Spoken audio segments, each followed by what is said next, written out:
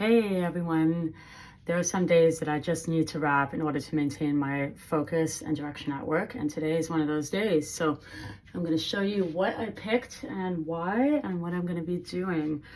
Okay, so I'm putting on my Mini Bobo and I want it to be nice and snug just over my ears. Sometimes I put it behind my ears, but today I'd like to have it over my ears. Tying it in the back. And again, if you're wrapping for like emotional sensory focus, if you're wrapping for sensory needs, you've really got to experiment with what feels good on your head. I already have been experimenting with it for many years, so I know that having things over my ears is great. So I've got this new breeze knit scarf, which I'm so excited about for the fall line. It's one of those ones that you just have to feel it. It's just so soft and stretchy. And I'm gonna do it in a Cate Top Knot,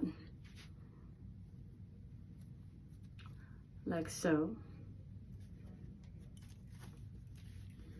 Because I know that the pressure going up and towards the top of my head is really great for what I need today. And tying it again one more time. Spread out the back, spread out the front. There we go. That's exactly what I need. I'm gonna secure it at the side here. I've got the Hazy Days pin in teal. And that is easy peasy, and I'm done.